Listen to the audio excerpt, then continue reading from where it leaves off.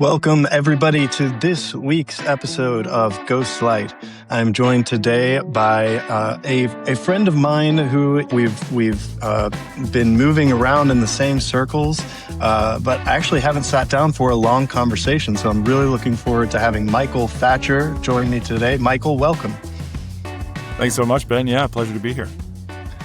Michael, you are a Broadway actor. That is such an amazing thing to be able to say. Congratulations. You are currently appearing in Wicked on Broadway, and your career has taken you through classical theater, national tours, fight choreography, and, just the discipline of living a full professional life as a working actor, which is incredible. So I'm really excited to talk to you today. And before we get to Broadway, tell me, what and when did your relationship with performing first start? Oh, it started when I was 10, I think. Yeah, 10 years old. 10 My years high old. school needed, like in my school district, needed kids for their musical.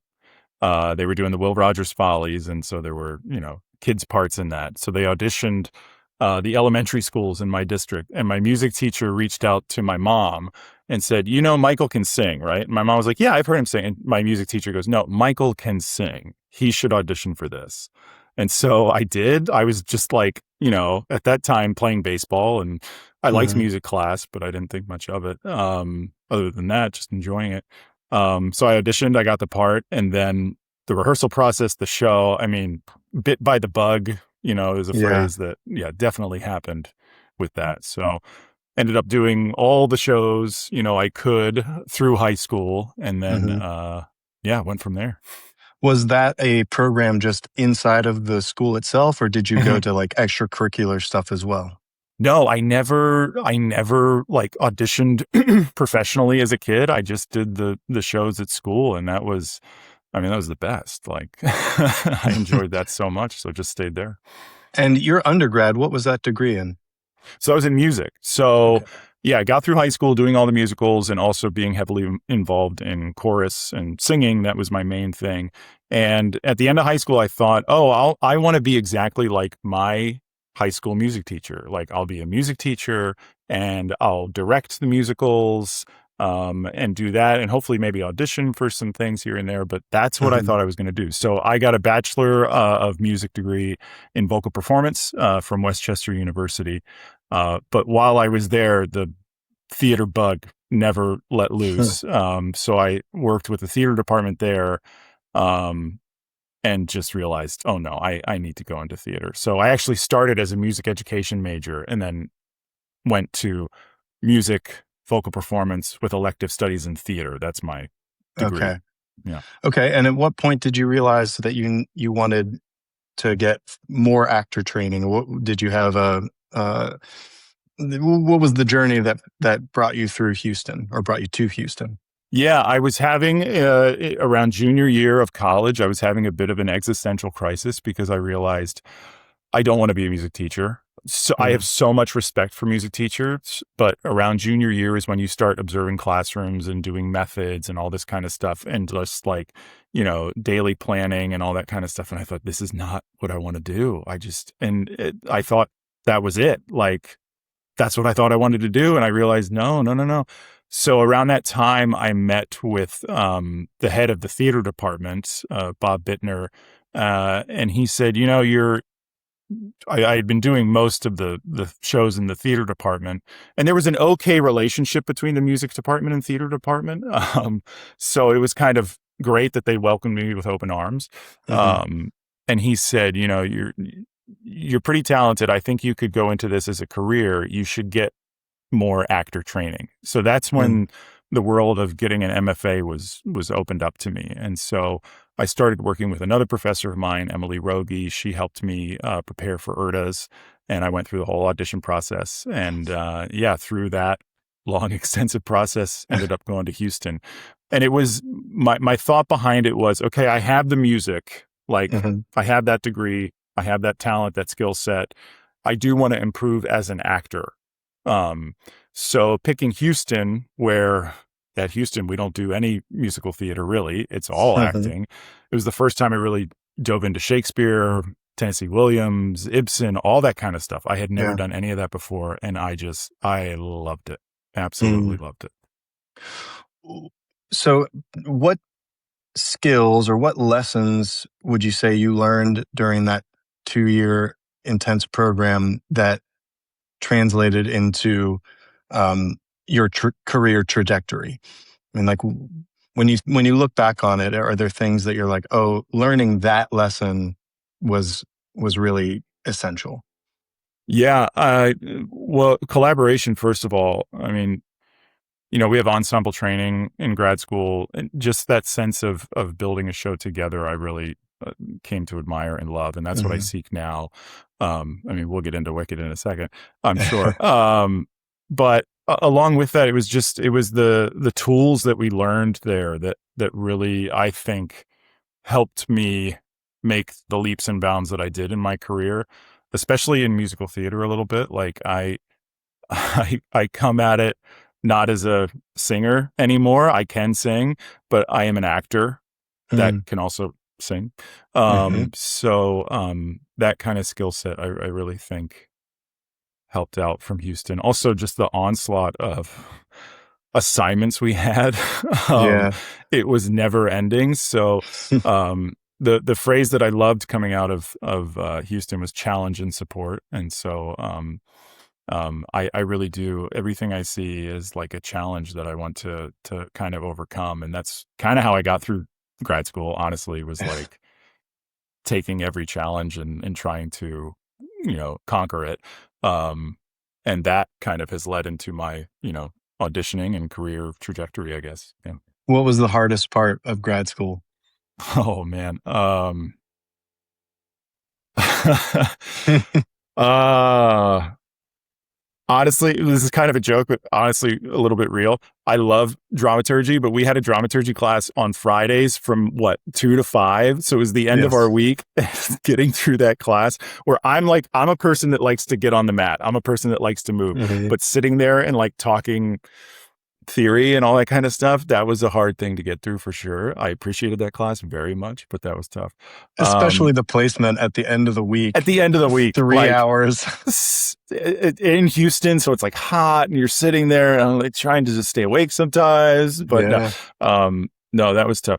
Well, you have to like totally switch gears because the And rest that's of the program is you're constantly active and moving exactly, and yeah.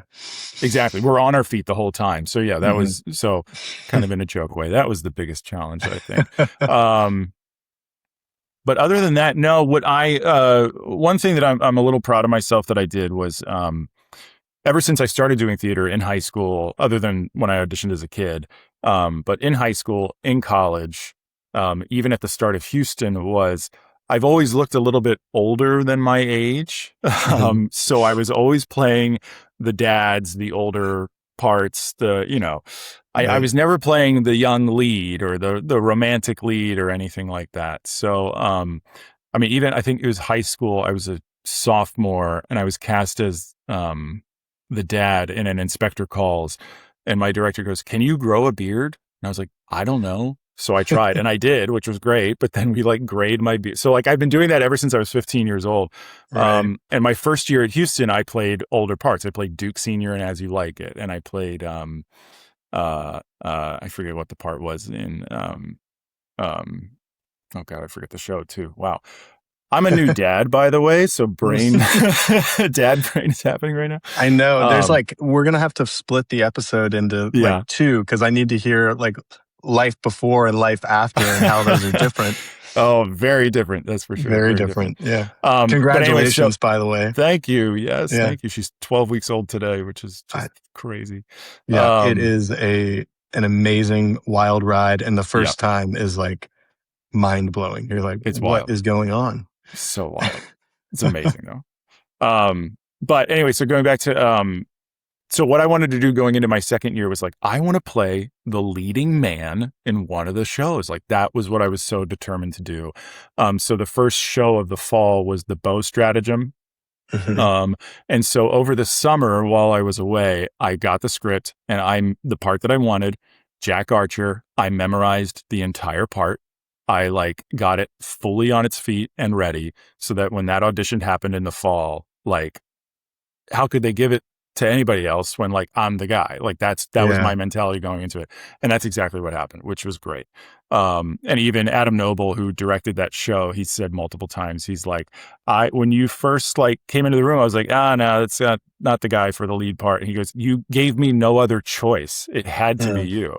And it ended up being one of the best experiences because I got to be, if you don't know the Bow stratagem, like I got to, use an RP dialect with my best friend, but then also pretend to be a servant. So use a Cockney accent. Then there's like some swashbuckling sword fighting that's happening. And I fall in love with one of the women in the show. Like, so just like check the box on all the things that I was like, I really want to be that guy. I got to be that guy. Yeah. And so that was a proud moment. And I feel like that kind of tenacity has probably served you well in your career. for That sure. sort of Yeah. focus and going after exactly what you want. Is that There's, how we get to Broadway? yes. Yeah. There's definitely I have definitely, curated decisions of like, okay, I see that thing, down the line that I want. How can I get Mhm. there? And trying to navigate my way there. That's definitely been, ever since I got to New York, conscious decisions for sure. Did you go straight to New York after grad school? Yeah. Yeah. So I Okay. graduated from Houston in 2014 and I moved to, in the spring of 2014, I moved to New York in the fall of And 2014. had you already been with your partner at this point? No. We just met 3 years ago. Yeah. Wow. Okay. That's been a whole All journey in right. itself too. So that's a whole. I'm sure that Yeah. could be a whole podcast episode That's the too. third part of the, no. Yeah. Right. Yeah. All right. So you're done with grad school. You get to New York City. What happens next? So I had, sold my car, to come to New York and I had a little bit in savings. Hmm. I had about $5,000 when I moved to New York and I was like, okay, that'll get me through the fall for sure. And I moved to New York. That money was gone in like a month and a half. It's just crazy because I started, taking classes. I got headshots, all that kind of Yeah. stuff, paying rent, just the cost of living in New York. Right. And so, but was happy and making it work. I was catering when I wasn't, on stage. And I honestly pretty quickly booked the national tour of Guys and Dolls that happened in December of 2014. Okay. So then I was on the road for 6 months doing that. And then went to Utah Shakespeare Festival after that. And then I did another tour the next fall. So really the first like 3 years, no, first 2.5 years I was in New York, I was not really in the city that much Hmm. as it ended up happening. And then in 2016, late 2016, I had made the decision of like, stay in New York, no matter like how tough it is, stay in New York, make the connections. And that's really what we were talking about earlier of like weaving the path to get to where I am. That's really where it started. Yeah, that's that tenacity and Mhm. and intentionality, right? Because you're like, I see where this could lead if I continue taking jobs that take me out of, Right. like if you're always working somewhere else, it's going to be hard to land the gig in New York, right? Exactly. And it was a hard decision because it was like, I ended up having to say no to some opportunities to make that decision of like, no, I'm not going to do this next job, which secures me Mhm. the next paycheck, which, I'm going to go into the unknown of, okay, let's just go make the connections with casting directors, make that was it that fall. I also got my first agent. Okay. Get my first agent, make those connections and really start to carve a path of like, how can I have a long-term sustainable career in Mm. theater? Because constantly going job to job absolutely is a sustainable form of theater, but um, there's so much uncertainty with that. Not that there isn't uncertainty with staying in New York and I'm not, I, what has happened with my career has been both, luck and tenacity for sure. Mm. Mhm. Um, but yeah, I knew I wanted a life like this, and I knew I had to stay in New York and grind to make it Hmm. happen. And luckily, it has, which has been a gift. Was it a conscious choice with your agent, or was that choice made by you and you sort of told your agent, this is what I'm going to do? It was definitely a conscious choice by me, Mhm. which my agent at the time fully supported. Okay. I had the opportunity to do summer stock theater again in the summer of 2017. Um, and I was also auditioning for things in New York, and I got, um, so I had been cast in the summer. So this was like February, March. I had been cast for the summer, at a Shakespeare festival, which was great.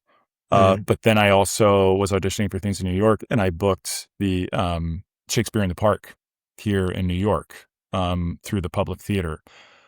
And it didn't, long term, it didn't pay as much, but like I had to do it. I Yeah. had to do it. And so that was the first real decision I had to make of like, I need to let go of this great opportunity at a Shakespeare festival and some great parts to Hmm. be, I was the cobbler and ensemble in Julius Caesar at Shakespeare in the Park.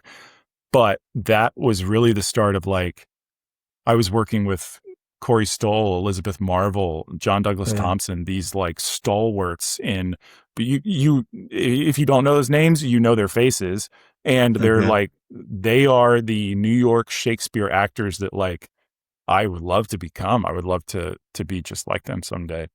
Hmm. So getting the opportunity to, yeah, just be in the ensemble. I think I had maybe 10 lines in Yeah. all of that Julius Caesar, but it was a real kicking off point for getting me to where I am now, for sure. Did you get to work with Sarah Becker at all? Yeah, in Houston, Okay. yeah. Yeah, in Houston. She used to say, she's the one I remember always saying, like, you never want to be the best person in the room. That's You so know, true. it's so true. And I just imagine that experience at the public at, Shakespeare in the Park in New York was such a transformative time. I mean, just like you said, being in the room with those people, observing the process and the way that they work. And then you're rubbing shoulders with the right folks. Yeah. Yeah. Yeah. No, it was fascinating to watch their process. Corey Stoll, I watched like a hawk, honestly. Well, he's Mhm. also, I don't know if anybody's listening, I'm a 6 foot tall guy with a shaved head. And that's what Corey Stoll is. He's a little taller than me. So I was watching him like, okay, that's my future right there. And I Mm. knew him from, I was a huge House of Cards fan when that came out, and he played a big role in House of Cards season one. Mhm. So there was this guy who, in my eyes, had, he made it. He had. And he's also been a Marvel villain and all that kind of stuff. And here he is playing Brutus and killing it. Mhm. And it's just like, yeah, I watched him like a hawk to see his process. And what I admired about him was he, he treated it so, um, not well, seriously, I guess is the way to put it. But like he was dedicated to making sure he did it well, which was Mhm. incredible to watch. He was Yeah. also very social, which was great. It was my birthday had happened in like the second week of rehearsal, and there was a cake for me, which was so sweet, from stage management. And he came over, and he said it was my 30th birthday at the time. Um, and he came over and he goes, "Hey, how old are you turning?" I said 30. He goes, "Oh, 30s. Yep, that's when it really took off for me, man. You got this." And I was like, "Oh, thanks, Corey. It's so nice." Wow. So yeah, it was just a nice moment. But And it was true too. it was true. Yeah, yeah. I haven't Yeah. reached his level yet, but I'm doing okay. You're doing just Yeah. fine, man. Uh, all right, so we're up to the public. How do we get from the public to Broadway? So, I did a couple more smaller shows here in New York. I did, Much Ado About Nothing. I got to play Benedict, which was the first lead Shakespeare role I'd ever played, which was fun. That was with a company called Hamlet Isn't Dead, which was like off Broadway. I did a couple things with Titan Theater Company. I don't know if you've had anybody on here from Titan. Um, but then I saw an audition notice for The Play That Goes Wrong, and I called my agent and I said, just get me in that room.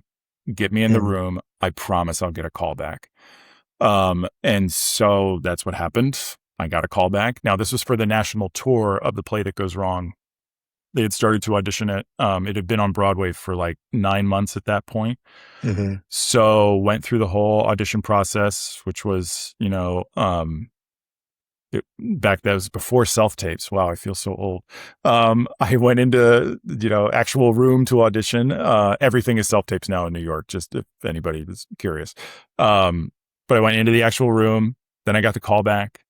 Then there was a group callback. Then there was a final callback with at the theater on the set of the Broadway production, and they were just like chemistry reading all of us together, different groups coming up. Mm. And as the day was going on, they kept saying, okay, if we release you, like, it doesn't mean you didn't book it, but we've seen what we need to see. Thank you so much. And I ended up being the last guy there with one other guy. And he and I ended up being the two understudies for the national tour. So that's what we booked. And they kept reading us for all the different parts because there are 6 male parts in the play that Yeah. goes wrong. I understudied 5 of them.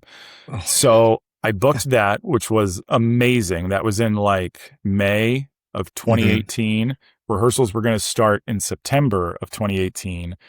And then the luckiest thing ever happened to me where I'll never forget it. I was at the gym and I got a call from my agent and he goes, "What are you doing next week?"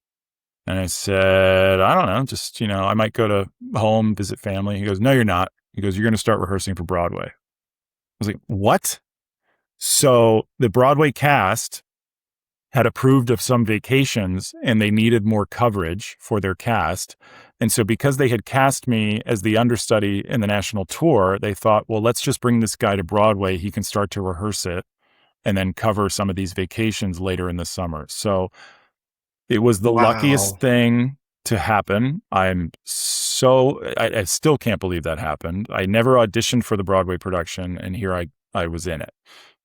So I started in July of 2018. I rehearsed for 5 weeks for one role in particular, the main role that I ended up taking over for, and then learned a couple more. And so for 2 months, I got to be on Broadway with the play that goes wrong. And it was the best 2 months of my life. It was incredible. Just incredible. I knew what was also amazing was I knew when my first show would be, which is a gift as an understudy for sure. So I told everybody when that show would be. And so it was a 5-show weekend. So on the Friday night, I had like 25 friends in the audience. And the first entrance that my character took sometimes got laughter and applause, but we came out from behind the curtain and my 25 friends just erupted. And then the whole audience so it was just like, this is my Broadway debut. I'm getting entrance applause. What is happening? Like, it was the most incredible experience. And then I went out that night with all my friends that stayed, and we got one of my favorite pictures is like, it's all 25 of us on stage afterwards. And then the next day, my whole family came for the show, which was just incredible. And I had that music teacher I talked about, my high school theater director, he and his wife came. Like, that was so sweet. I had professors from undergrad that were there. So it was just the most incredible experience having all these people that helped me along the way get to like the ultimate goal of making it to Broadway, actually there to help celebrate my Broadway debut. It was incredible. I have like joy bubbling up inside of me. I'm just like, I'm like vicariously living through what you just described, and it's incredible. It was amazing. It was absolutely incredible. I had, just friends I had friends from high school. I had friends from undergrad. I had friends from Houston that were there that Friday night. And friends I had made, at different theater jobs. And it was the greatest weekend of my life, honestly, up until 3 months ago. Right. Yeah. When we get into part 2, but it was incredible.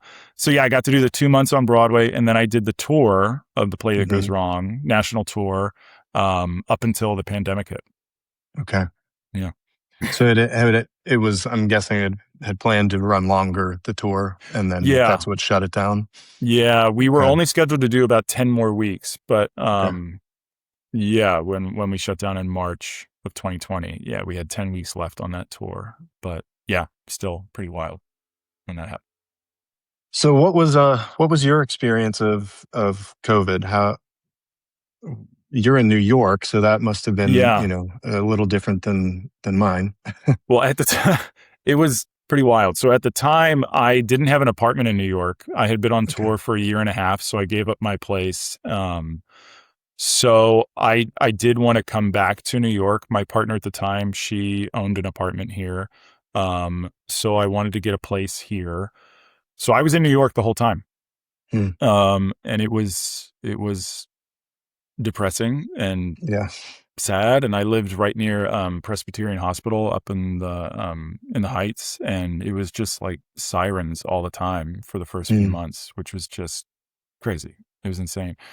At one Haunting. point, I ended up buying a car because I just wanted some freedom. I bought like a $5,000, car. It was honestly the Mhm. same car that I had sold. It Really? was not the same one, but the same make and model for about the same price that I had like Wow. sold it for, which is so funny. That is. But I wanted that freedom because I was just stuck in my apartment or like Yeah. going to my partner's apartment back and forth. Um, but when I got a car, one of the first things I did, I was like, I want to go drive through Times Square and just see what it's like. And it was like an apocalyptic movie. It was the craziest thing because just nobody was around. Hmm. There hardly any cars were driving through that. It was insane. Um, I was kind of lucky in the sense that for work in 2017, I had started working online as a digital producer. So I would just um, sit in the background of online meetings on Zoom or River. I've never been on Riverside, but Zoom or Adobe Connect or WebEx, all that stuff, and just make sure the meetings run smoothly. So this was a job I had found and was doing in between theater gigs, and I ended up doing Hmm. that full time, which was great. Okay. So the whole time I was, during the pandemic, I was just basically on my computer whenever I could, and working, and then yeah, eating Hmm. my feelings and Right. watching Right. so much TV. Yeah. And uh, how do we get out of the pandemic and how do we get into Wicked? Yeah. So in 2022. Theater had been, Wicked had opened back up in 2021. A lot of Broadway had opened up in the fall of 21. In spring of 22, I got the audition for Wicked. I had never seen Wicked. I of course knew what it was, but it was one of those shows that like it's at that point had been open for 18 years, 19 years. Mm. And I was like, I'll see it eventually. I knew it was about, Glinda the Good and the Wicked Witch of the West. But I got the audition. I'm like, there's no part for me in Wicked. What is this audition? And then I read through it. I was like, oh no, I'm perfect for this. Okay, great. So I played the father at the beginning, and then I play like 6 different parts throughout the show. And then I Mm-hmm. understudy the wizard and I understudy Dr. Dillamond. So got the audition. This was a self-tape, submitted the self-tape. And then I had a callback with the music director, Dan Michike. And he worked with me for about a half hour. And that's when I first realized, oh, I have a really good shot at this because I was rehearsing another show at the time that I ended up having to leave because, spoiler alert, I booked Wicked. But he met with me and I thought I was going to like a general callback where there would be other actors. And no, it was just he met me at Open Jar Studios. And for a half hour, he and I sang through everything. And I go, oh, okay, I've got a real shot at this. Yeah. And at the time he said, is it okay if I record you? I'm just going to record this for Steven. And he's talking about Steven Schwartz. I was just sure. So then I had a final callback with our associate director, Elisa Laguillo, and same thing. Like casting was there, she was there, Reader was there. They were recording it. We met at a certain time. There weren't other actors waiting outside the door. Like it was just Mm-hmm. the time that I showed up. It was just for me.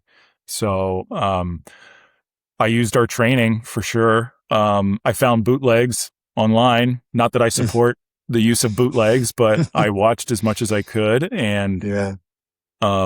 definitely what booked it was, well, I can sing, but what booked it, I think for me, was my ability to talk about a skill set we had in grad school of switching characters, of doing multiple Uh-huh. characters. So I could do the role that I had to do in the show, and then they had me read for the wizard, and I brought a whole new set of adjectives to that.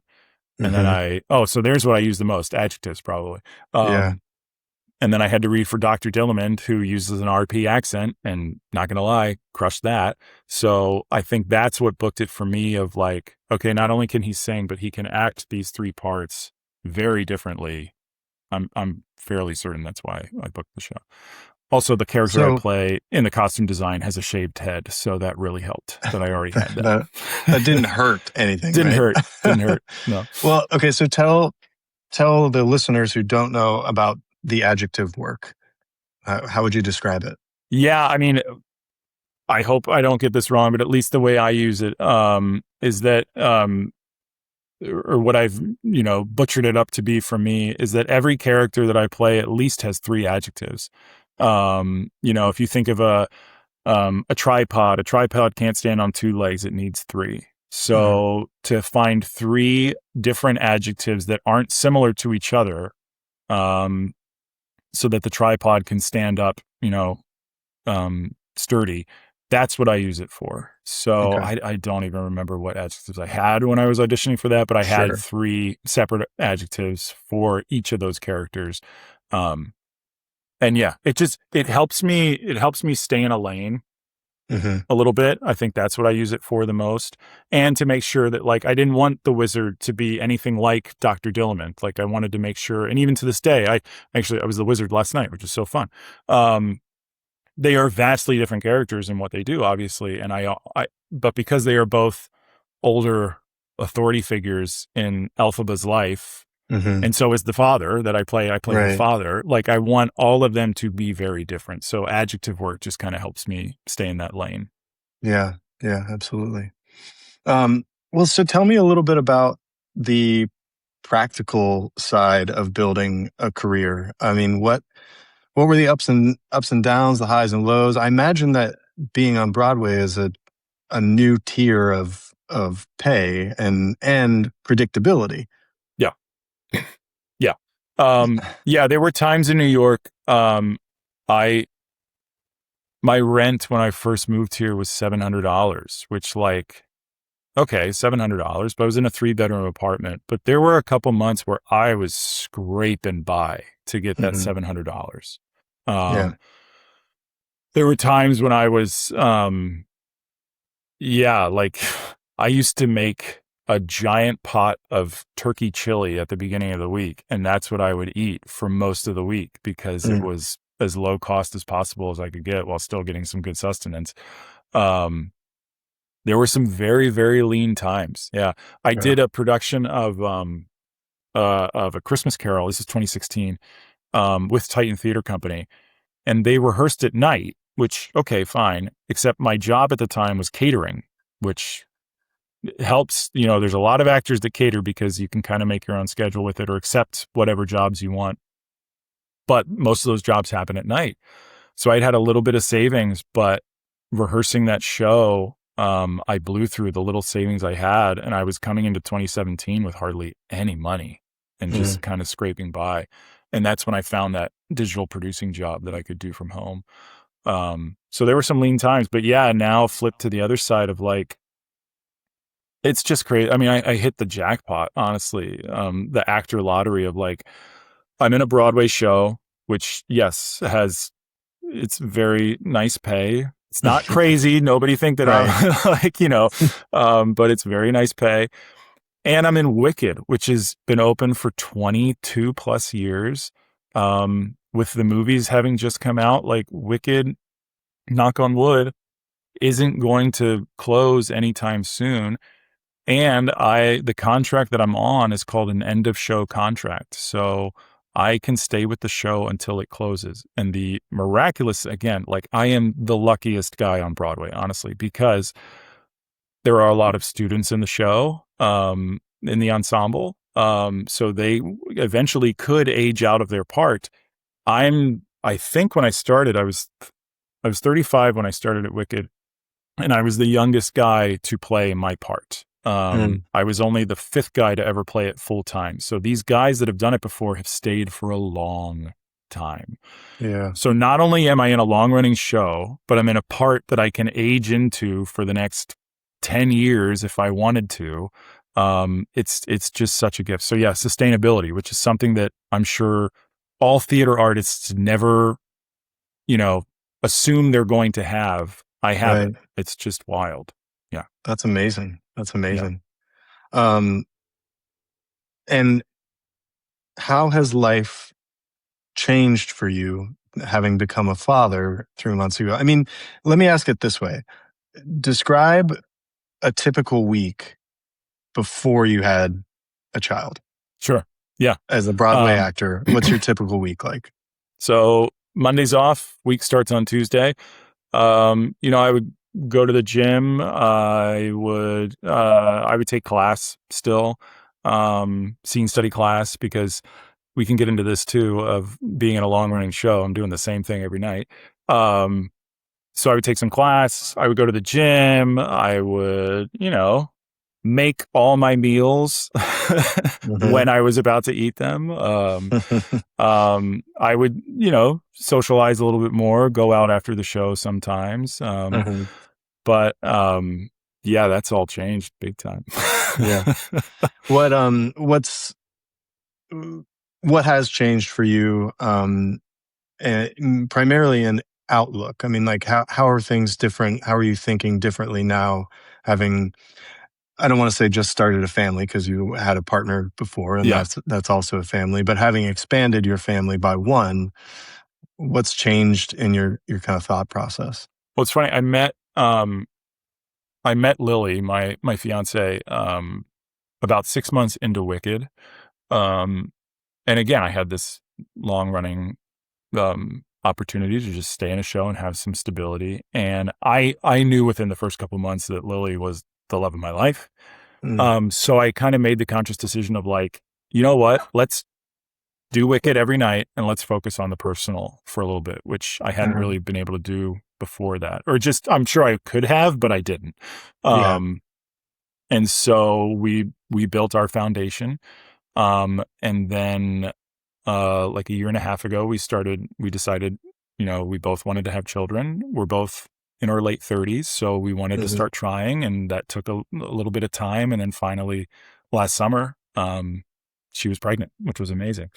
Okay. So now, yeah, now my perspective on things is definitely starting to shift, because I had thought of this before my daughter was born, of like, man, I'm going to miss a lot of bedtimes. Hmm. Because again, getting to my show schedule, it's 6 nights a week that I'm away. Um, Yeah. typically 2 shows on Wednesday right now, 2 shows on Saturday.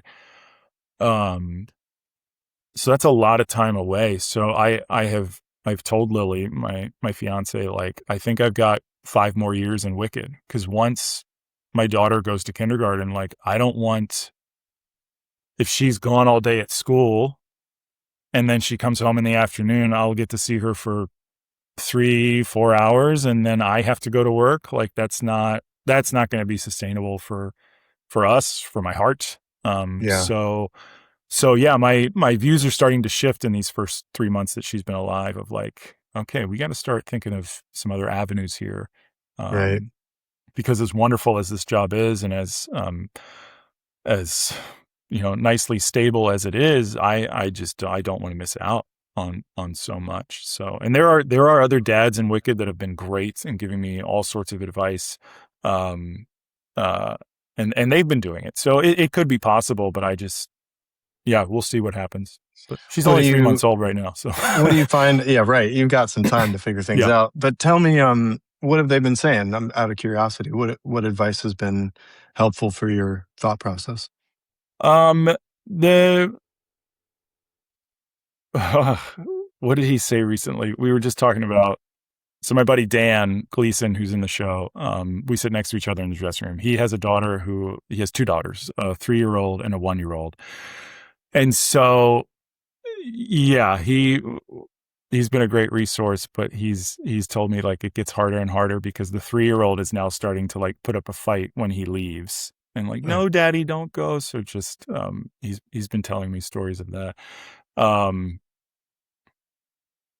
I'm not, off the top of my head, I'm not sure. Honestly, I'm trying to remember, but I do have these great examples. I've gone to these guys and just asked questions before, and they're yeah. always so supportive. And that's been more helpful than like overarching advice, I would say. But I know it's possible. I see these guys doing it. Right. Yeah. But they're also Dan, he just finished getting his master's in music therapy. Michael Williams, who's also on the show with me, he went to school for coding. So he's now working in, I don't know if it's cybersecurity or something else, but like they're doing things in the background. So I see the wheels are turning for, okay, how can I pivot into something else that I want to do? For me, it's, we have our MFA. I did start with music education. I do like teaching. So, a pivot for me could be, teaching somewhere eventually. Yeah. But really the one that's at hand for me here is just TV film. So that's a conscious decision that I've tried the last year to start making some headway in. I got Law and Order like a year and a half ago, which was great. Or a year ago. That had to happen, right? Had to happen. Yeah. That's when I first felt like a real New York actor, when I got my first Law and Order, 3 lines on Law and Order. But I've been auditioning a lot more, and I'm starting to get some auditions for some really cool projects on Apple TV and some of the procedural stuff here in New York. So it's possible. It's hard. Nothing's happened yet, nothing big or any, but I'm starting to make some connections there and do the same thing I did earlier with like, okay, I want to get to Broadway. And now I'm trying to do that with TV a little bit of like, okay, what are the things I need to do? This to get me there in a guest star role, a recurring role. How can I make that happen? So, because that work is a little bit more, I guess it's more like concentrated, right? I mean, it's a little more 9 to 5. Then of course there's overnight shoots and all that kind of stuff, but it's also a truncated schedule. So if I were to book, 2 weeks on Law and Order or a week on Law and Order, like, okay, that's a week where I'm away a lot, but then, a guest star on Law and Order, that's a pretty good chunk of change. Recurring on any of these shows is a good chunk of change. So, okay, I'm going to work a lot for a week, 2 weeks, maybe a month, but then I'll have some time off after. Yeah. As opposed to the kind of unrelenting schedule of like 52 weeks a year, I'm doing 8 shows a week. Like that's just, I take vacation. Of course I take time off, but the show never stops. I just passed, I keep a tally. I just passed my 1400th show at Wicked, which is crazy. Whoa. That is crazy. Yeah. Did I tell you that watching your production of Wicked was my first and only ever Broadway show I've seen? What? That's right. You guys came and I didn't know you were here. I forgot about that. Yeah, we came. It was mine and my 2 daughters' first Broadway show together. And it was spectacular. I mean, it's like everything that we could have hoped for. There's a reason it's been open for 22 years. Like it's spectacular. And it's a great show. The music is unbelievable. The cast was everything we could have hoped for. I mean, it was, and then, my girls were pretty young, and we did a lot of research on, I think my oldest one was okay, but we essentially smuggled in my younger daughter. And we didn't have to do it. Nobody even blinked an eye, but technically she was too young to see the show. But so it was my wife's first ever, she saw the original cast. Wow. And I don't want to say it was her first ever Broadway show, but she saw, she was obsessed with it from the very beginning. And so we started listening to the soundtrack because of the movie coming out with the kids, and they just took to it. I mean, so they already knew all the music, and that's amazing. Yeah, we had an absolute blast of an experience. And so, I mean, everybody, if you haven't seen it, you should get to New York and see Michael in Wicked, because it really is a great time. It's still such an incredible show. And we've been open for 22 years, and trust me, with the rehearsals we have, it is still tip-top shape. Trust me. So tell me, after 1,400, that's what you said, right? 1,400 shows. What is that experience like, sustaining the the same. So I'm sure there are a lot of shifts, because of the understudy work, that keep it engaging. But just tell me a little bit about your experience of doing the same show, 6 nights a week. Yeah, it's yeah, I knew this would come up. So I listened to the episode you have with Constance, and I heard you guys talking about like, yeah, I don't know how you could do a show for 3 years, like night after night after night. I was like, oh, I bet Ben and I are going to talk about that.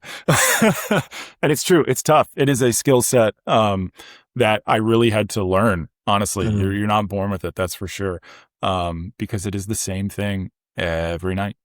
And a show like this, they are very good about, like, we can make the characters our own. Obviously we have to keep the blocking, we have to keep, the intention of everything, but we can bring to the part what we bring to the part. We don't have to do somebody else's performance. Even like when I understudy as the wizard, like I was on last night, that wizard is my wizard. I don't have to recreate what the current wizard is doing. So like that in itself is a gift. But yeah, what's great about it, or what keeps things fresh, is like they do switch out. So I get to stay. I have an end of show contract. The principals, however, Glinda, Elphaba, the wizard, they all have a 1-year contract. So this is now my 5th cast of principals since I've been here. So that alone kind of keeps things fresh for us. We're getting very different energies, very different actors in the roles. So last night, with Carrie Renee Fuller, she's the Elphaba right now. That's the first time I had done it with her.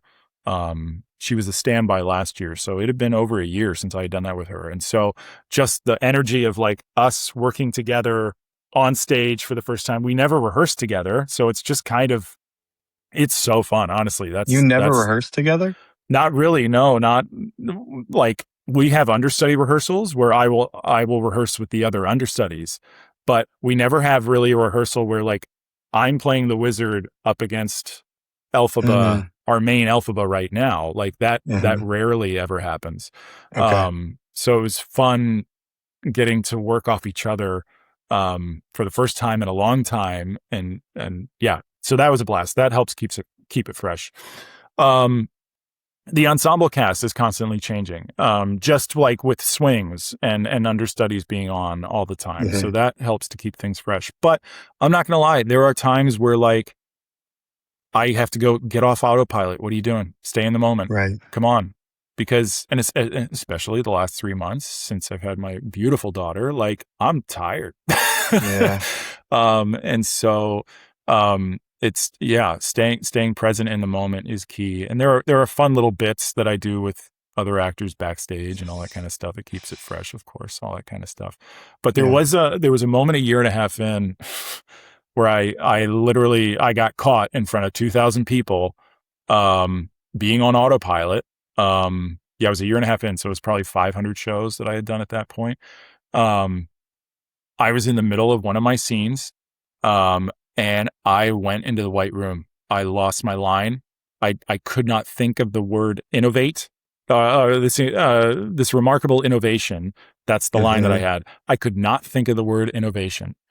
And it was kind of a conscious, like I came to moment. I didn't, I knew where I was, but you know what I mean? Like if any actor has been in the white room, and I'm there in front of 2,000 people, not only 2,000 people, but the whole ensemble are sitting on benches facing upstage, looking at me as I'm talking. And it just, I lost it. And finally, Alyssa Fox, the Elphaba at the time, she had the next line and she comes up to me to start to deliver the next line. I go, what? And she goes, is the lion cub okay? That's the scene I was in. And I was like, boom, then I was back on it. But that, like, my heart has never jumped up into my throat more in my life than in that moment. And that was a huge reminder of like, you gotta stay present, even if, you're doing this 500 times, 1,400 times. It's never happened since, thank God. But yeah, that was one moment. I mean, I experienced the same thing at the American Shakespeare Center because, we sort of had the invert. I mean, we had the same kind of thing, but we just were constantly in rep and constantly doing new shows. And so you get lulled into the fact that this is your job and you're a performer and you get really good at it, or it gets more economical, it gets easier. And so that leads you to moments like that can happen if you don't stay Sure. engaged. Yeah. I mean, we had our dressing rooms were below the stage at ASC. And so you would see people in the dressing room with a book or an iPad or something. And all of a sudden, through the speakers, they would hear, like they were supposed to be on stage. They drop their thing and like run, bolt. Like they missed the entrance, Frightening. And I think as an artist, the thing about that is, it's like you let yourself off the hook, and it's like, Sure. don't do that, right? Like stay engaged. Yeah. And I had this experience where I went and saw the American Acoustic Tour, which is, it was the Punch Brothers and I'm With Her, which is like a super group of 3 singer-songwriter ladies who are incredibly talented. And I saw that tour and they were just flawless, start to end, And I think like, I think most artists probably feel like I want to be able to achieve that, Sure. But I also think and most of the you time, get that opportunity, right? In Wicked to do that. Sure. Yeah. But like little stuff happens all the time. I mean, the gift of the Play That Goes Wrong that I did for so long, doing a show where things are supposed to go wrong. We had contingencies upon contingencies upon contingencies if things that were supposed to go wrong actually went right. And I could go on a whole litany of things where that happened, but that made me hyper aware of like, okay, what could I do in this moment if this happens, like constantly. And I still have that with Wicked today, which is, it has served me well a couple times, but things happen all the time. I mean, that I'm sure it happened with you and a whole bunch of shows, like things happen and then you go off of it. And to that audience that's watching that performance of Wicked or anything at the ASC, like it was a flawless performance in their eyes. They don't know that, oh shoot, this, and well, if an entrance was missed, that's probably pretty obvious, but like, if things happen. Last night, there's a bit of choreography where I give Elphaba my hat as the wizard, and then she kind of hits it back at me. Well, we had not done that together in a while, and she apologized to me afterwards because my hat, I guess, is lighter than the other wizard or the normal wizard that's on. And so she like kind of flung it at me, and then it went like 10 feet behind me on stage.